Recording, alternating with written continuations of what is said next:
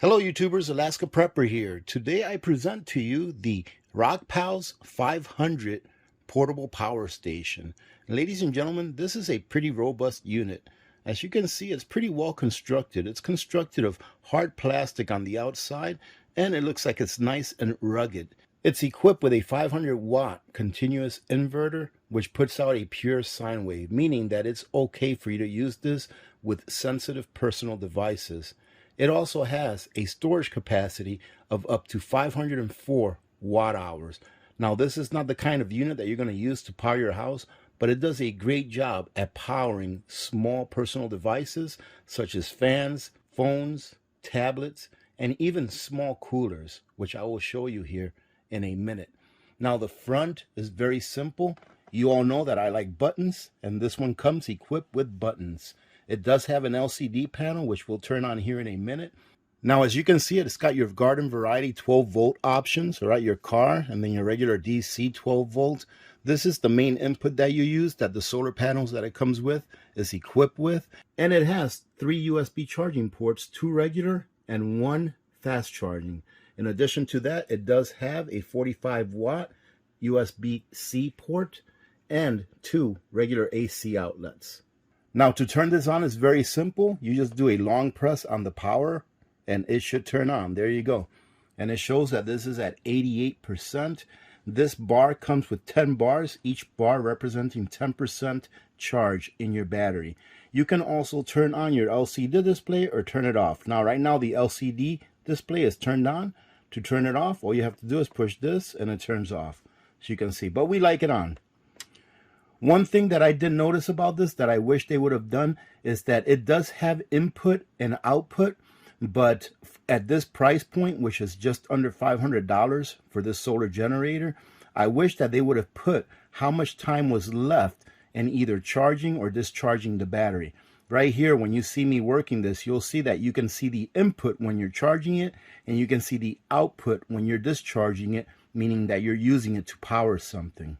Now, in order to use your other functions, which I like, is using your buttons. So if you want to turn on your DC functions, all you do is do a quick press, and you can see that it turns right on. See that? It turned right on with a quick press. The only button here that you need to do a long hold for or a long press is the power button to turn it on or off. It's going to be a long hold, meaning that you have to hold it for about 3 seconds or so. Everything else is just quick press, turns it on, turns it off. If you want to turn on your USB, you just click it, turns right on, as you can see. And also your AC is also a long hold. I forgot about that one. So as you can see, let's go ahead and turn this one off. It's off. And for your AC, it does require a long hold. So you'll see that I hold it for a few seconds and it turns right on. That is how simple it is, ladies and gentlemen. That is why I like simplicity, because it is just the press of a button. You don't have to mess around with touching, the LCD screen to try to get to this screen or another. This is it. This is this system. Nice and simple.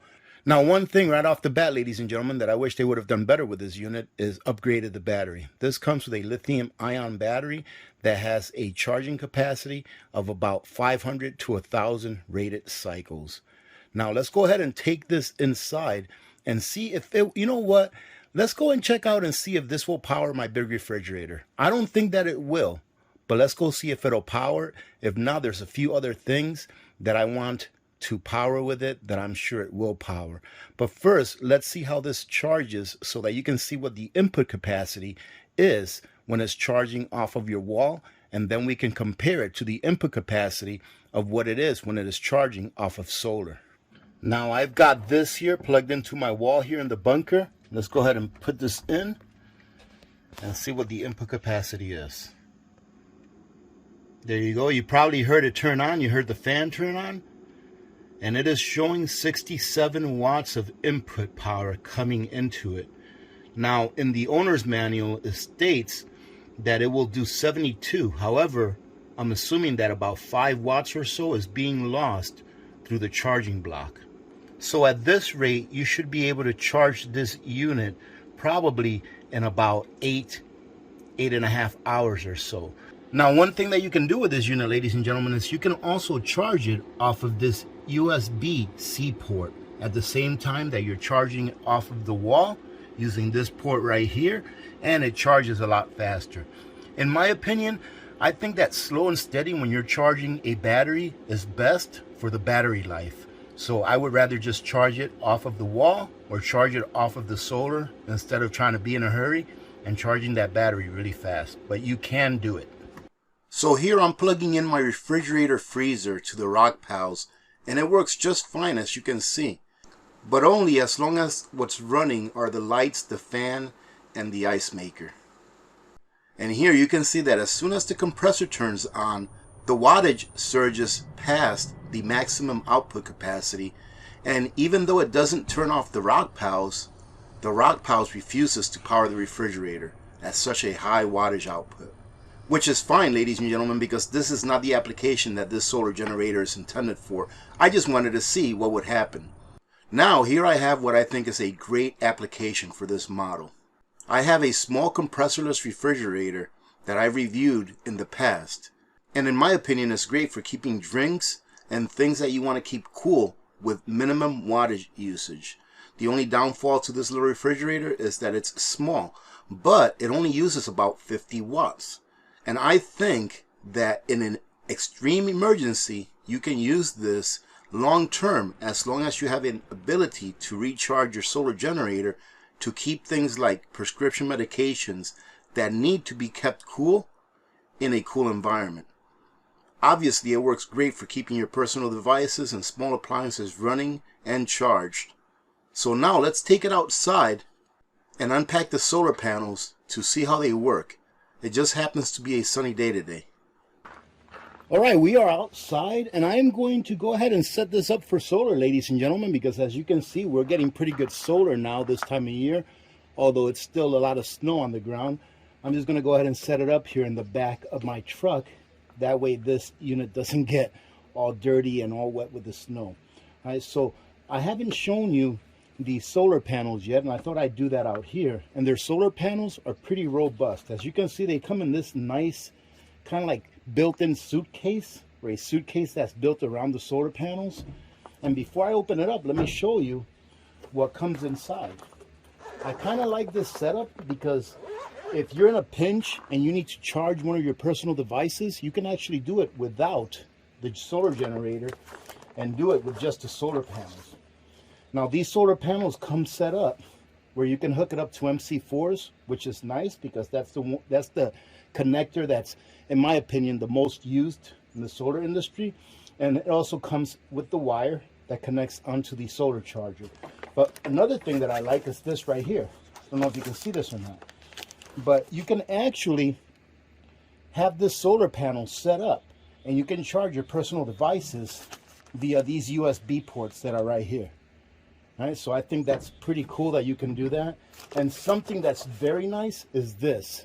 It brings a whole bunch of different connectors that you can use for different devices. Right, so this is actually really nice to have. Here you can use this solar panel to charge up a solar generator that takes an 8mm connection. So there you go right there. So this solar panel, although it's set up with MC4 and already connected to the actual connector that goes to this solar generator, you can actually use this solar panel to hook it up to different solar generators that you may have. So I like that a lot. But obviously today we're going to use the one that I came with because we're going to hook it up to the Rockpals. And you can see that the wires are a little stiff because it's kind of chilly out here. It's not really that cold. You know, it's probably in the low 20s. Which will be nice to see how fast this charges in a lower temperature environment, which it should charge just fine. So to open this up, you just press on this right here, press on it, comes right out.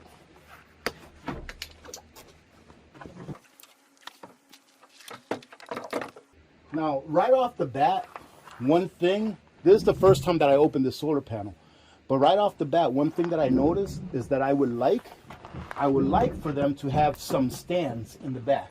You see how they don't have any stands in the back? So you have to lean it up against something, which is no problem. The way I have it set up here, you can just lean it up against that. So what I'm going to do, ladies and gentlemen, is I'm going to go ahead and put my solar generator on my platform inside the bed of my truck. That way there's nothing that's going to be obstructing any light hitting the solar panel. as the sun gets brighter, because it's only about 8:30 in the morning right now, so the sun still has a lot of time to go before it starts going to the other side where it won't be hitting the solar panel.